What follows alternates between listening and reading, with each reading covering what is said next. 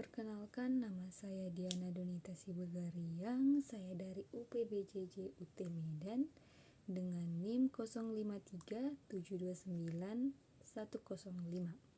tentang tugas penyuluhan pertanian.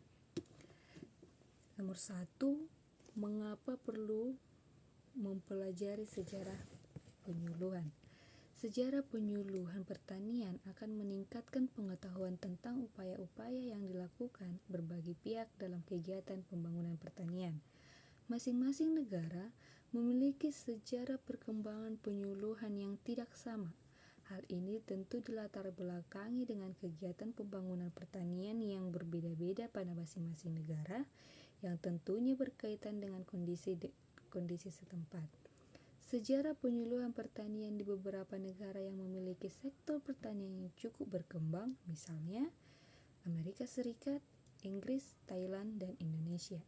Sejarah perkembangan penyuluhan pertanian tentu berdasarkan alasan-alasan khusus, memberi gambaran bahwa penyuluhan pertanian memiliki manfaat yang besar bagi perkembangan sektor pertanian dan pembangunan pertanian pada umumnya, untuk meningkatkan pengetahuan yang banyak dan pengalaman yang cukup.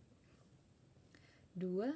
Apa tujuan dan peranan penyuluhan? Tujuannya, tujuan merupakan komponen penting dalam melakukan usaha atau tindakan. Dengan meningkatkan tujuan, maka seseorang akan memiliki arah dalam melakukan tindakan dan usaha, sehingga seseorang akan terhindar dari kesalahan dalam melakukan suatu kegiatan. Paling tidak kesalahan yang mungkin terjadi dapat diperkecil. Tujuan penyuluhan pertanian memberi sesuatu yang ingin dicapai melalui pelaksanaan kegiatan penyuluhan pertanian. Tujuan pertanian meningkatkan perilaku dan kemampuan petani untuk kesejahteraan petani lebih rinci dan lebih terukur. Jenis-jenis tujuan penyuluhan pertanian bisa berdasarkan dampak dan hasil, berdasarkan tindakan tujuan, berdasarkan waktu pencarian, berdasarkan komponen perilaku, sasaran yang akan diubah, berdasarkan aspek usaha tani. Peranan penyuluhan. Peranan penyuluhan dalam pembangunan merupakan proses perubahan dari keadaan lama menjadi keadaan baru yang lebih baik. Di segala bidang, perubahan tersebut bersifat terus-menerus dan mencakup proses perubahan fisik, sosial, budaya, dan ekonomi. Perubahan penyuluhan diartikan sebagai upaya suatu masyarakat bangsa melalui suatu perubahan sosial yang besar dalam berbagai kehidupan ke arah masyarakat yang lebih maju sesuai dengan pandangan masyarakat. Peranan penyuluhan juga meningkatkan kapasitas, kualitas, profesionalitas, dan produktivitas dirinya, sehingga mereka mampu memanfaatkan peluang dan mengatasi segala bentuk ancaman, tantangan, hambatan, dan gangguan. Nomor 3, perbedaan antara prinsip dan filsafat penyuluhan.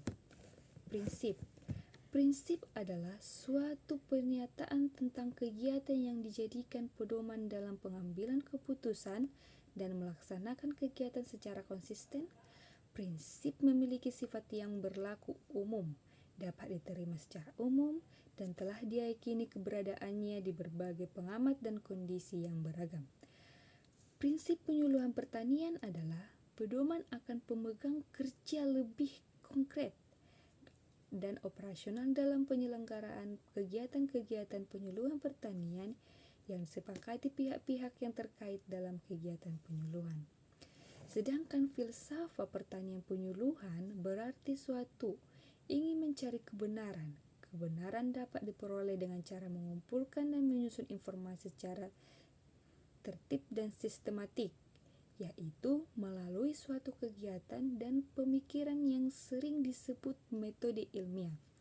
Metode ilmiah adalah suatu metode dalam pencarian kebenaran menggunakan kaidah-kaidah tertentu, yaitu kaidah ilmiah.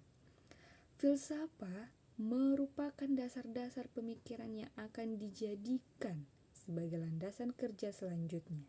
Filsafat penyuluhan pertanian merupakan landasan atau dasar-dasar pemikiran dalam penyuluhan sebagai arah dan pedoman dalam pemberian kegiatan penyuluhan yang benar.